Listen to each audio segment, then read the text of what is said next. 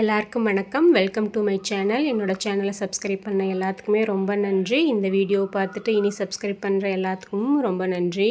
இந்த வீடியோ ஆடிப்பெருக்கன்னைக்கு எடுத்தது தான். சில காரணங்கள்னால என்னால் அப்போ அப்லோட் பண்ண முடியல. என்ன காரணம்னு சொல்லி உங்களுக்கு நெக்ஸ்ட் வீடியோவில் நான் ஷேர் பண்ணுறேன். ஆடிப்பெருக்கன்னைக்கு எந்த ஒரு செயலாகட்டும் இல்லை தொழிலாகட்டும் எது செஞ்சாலும் அது பல மடங்காக பெருகும் அப்படிங்கிறது நம்ம முன்னோர்கள் சொல்லி வச்ச ஐதீகம். அந்த ஆடிப்பெருக்கன்னைக்கு பார்த்திங்கன்னா ஒரு தொழிலை தொடங்கும் போது அது பல மடங்கு பெருகும் அப்படின்னு சொல்லுவாங்க. அதே மாதிரி தாலி பிரித்து கோக்கிறதும் ரொம்பவே நல்லது. நம்ம காவிரி தாய்க்கு நன்றி சொல்கிற விதமாக பார்த்திங்கன்னா நதிக்கரையோரமெல்லாம் படையலிட்டு சாமி கும்பிடுவாங்க.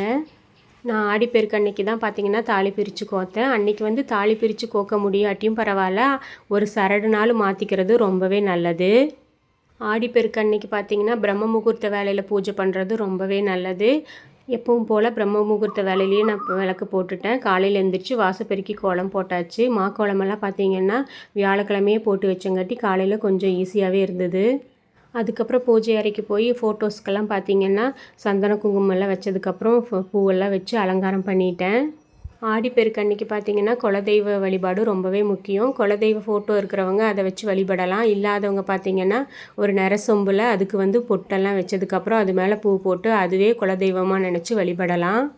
சாமி ரூமில் எல்லா வேலையும் முடித்ததுக்கப்புறம் பார்த்திங்கன்னா நெய்வேத்தியத்துக்கு பால் பாயசம் பண்ணி வச்சுட்டேன். கொஞ்சம் ஃப்ரூட்ஸும் எடுத்து வச்சுட்டேன். பிரம்ம முகூர்த்த வேலையிலே எல்லாம் பூஜையும் முடித்ததுக்கப்புறம் பார்த்திங்கன்னா தாலி பிரித்து கோக்கிறது பார்த்திங்கன்னா 7:45 8:45 வரைக்கும் ரொம்ப நல்ல நேரம்னு சொல்லி நம்ம ஆத்ம ஞான மையத்தில் நம்ம மங்கையரசி அம்மா சொல்லியிருந்தாங்க. ஸோ பார்த்திங்கன்னா காலையில் பூஜையெல்லாம் முடிச்சுட்டு நான் 7:45க்கு மேலே பார்த்திங்கன்னா தாலி பிரித்து கோர்த்து முடிச்சிட்டேன். எப்போவுமே விசேஷ நாட்கள்லாம் பார்த்திங்கன்னா நெய் தீபம் போடுறது ரொம்பவே நல்லது. அதோடவே ஒரு பஞ்சகவிய விளக்கு போடுறது இன்னுமே சிறப்பு.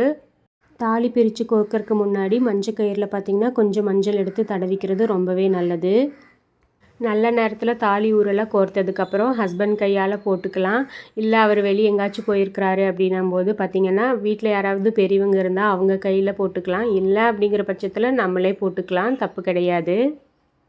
நான் எப்போவுமே பார்த்திங்கன்னா ஈஸியான மெத்தடில் சாம்பிராணி போடுறதுக்கு ரெடி பண்ணிடுவேன். ஒரு தேங்காய் சிரட்டை எடுத்து கேஸ் ஸ்டவ்வில் வச்சோம்னா போதும், ரொம்பவே சீக்கிரம் தணல் ரெடி ஆயிரும். அதுக்கப்புறம் நம்ம ஈஸியாக சாம்பிராணியெல்லாம் போட்டுக்கலாம்.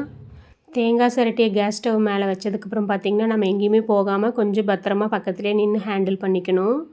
வாரத்துக்கு 1 நாளோ 2 நாளோ வீட்டில் சாம்பிராணி புகை போடுறது ரொம்பவே பாசிட்டிவ் எனர்ஜி அதிகரிக்குங்க. அதே மாதிரி பஞ்சகவிய விளக்கு போடுறதும் ரொம்பவே பாசிட்டிவ் எனர்ஜி அதிகரிக்கும். என்னோடய பூஜை வீடியோஸ் பார்த்துட்டு நிறைய பேர் கேட்டிருந்தீங்க இந்த தூபக்கால் எங்கே வாங்கியிருந்தீங்க அப்படின்னு சொல்லி. நான் திருச்செந்தூர் மதுரை போனப்போ மதுரையில் வாங்கிட்டு வந்திருந்தேங்க. ரேட்டெல்லாம் பார்த்திங்கன்னா மதுரையில் ரொம்பவே ரீசனபிளாக தான் இருந்தது. தூபக்கால்குள்ளே பார்த்திங்கன்னா ஸ்ட்ரெயிட்டாக நம்ம இந்த அனலையும் அப்புறம் சாம்பிராணி பொடியெல்லாம் போடும்போது பார்த்திங்கன்னா உள்ளே ஃபுல்லாக பிசு பிசுன்னு ஒட்டிட்டு கழுவவே முடியறதில்ல.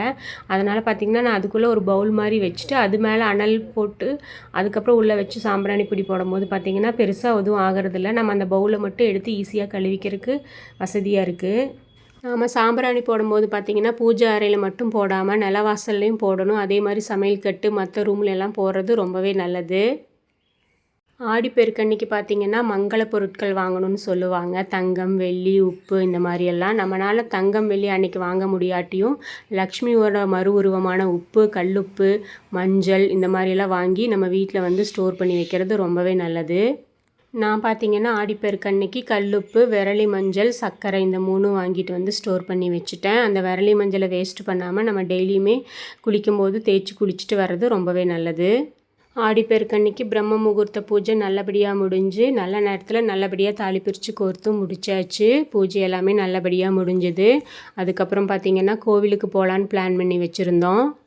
அதனால் பார்த்திங்கன்னா பிரேக்ஃபாஸ்ட்டுக்கு இட்லி சாம்பாரும் வச்சுட்டேன். முன்னத்து நாளே பார்த்திங்கன்னா இட்லிக்கு மாவெல்லாம் அரைச்சி வச்சுட்டேன். ஸோ பார்த்திங்கன்னா மார்னிங் எந்திரிச்சு ஈஸியாக பிரேக்ஃபாஸ்ட்டு முடிச்சுட்டேன். அதுக்கப்புறம் எல்லோரும் எந்திரிச்சு சாமி கும்பிட்டதுக்கப்புறம் பிரேக்ஃபாஸ்ட்டெல்லாம் சாப்பிட்டு கோவிலுக்கு கிளம்பிட்டோம். கோவில் பார்த்திங்கன்னா எங்கள் வீட்டிலேருந்து ஒரு 5-6 கிலோமீட்டர் பக்கத்தில் தான் இருக்குது. கருமலை ஐயாசாமி அப்படிங்கிற ஒரு கோவில் தான். இது ஒரு சிவன் கோயில் தான். இந்த கோவிலில் பார்த்திங்கன்னா தெய்வம் குழந்தை வடிவில் இருக்கிறங்காட்டி நிறைய பாலபிஷேகம் நடத்தப்படுது. சமீபத்தில் தான் இந்த கோவிலுக்கு கும்பாபிஷேகம் நடத்தி முடித்தாங்க. 48 நாள் தொடர்ந்து மண்டல பூஜை நடந்துச்சு. ரொம்பவே சிறப்பாக அந்த பூஜையெல்லாம் பண்ணி முடிச்சிருந்தாங்க. அந்த கோவிலை பற்றின வீடியோ ஒன்று பார்த்திங்கன்னா நான் ஷேர் பண்ணியிருப்பேன், பாருங்கள். நாங்கள் எங்கள் வீட்டிலேருந்து பக்கத்தில் ஃப்ரெண்ட்ஸு அவங்களோட குழந்தைங்க எல்லோரும் தான் போயிருந்தோம் கோவிலுக்கு.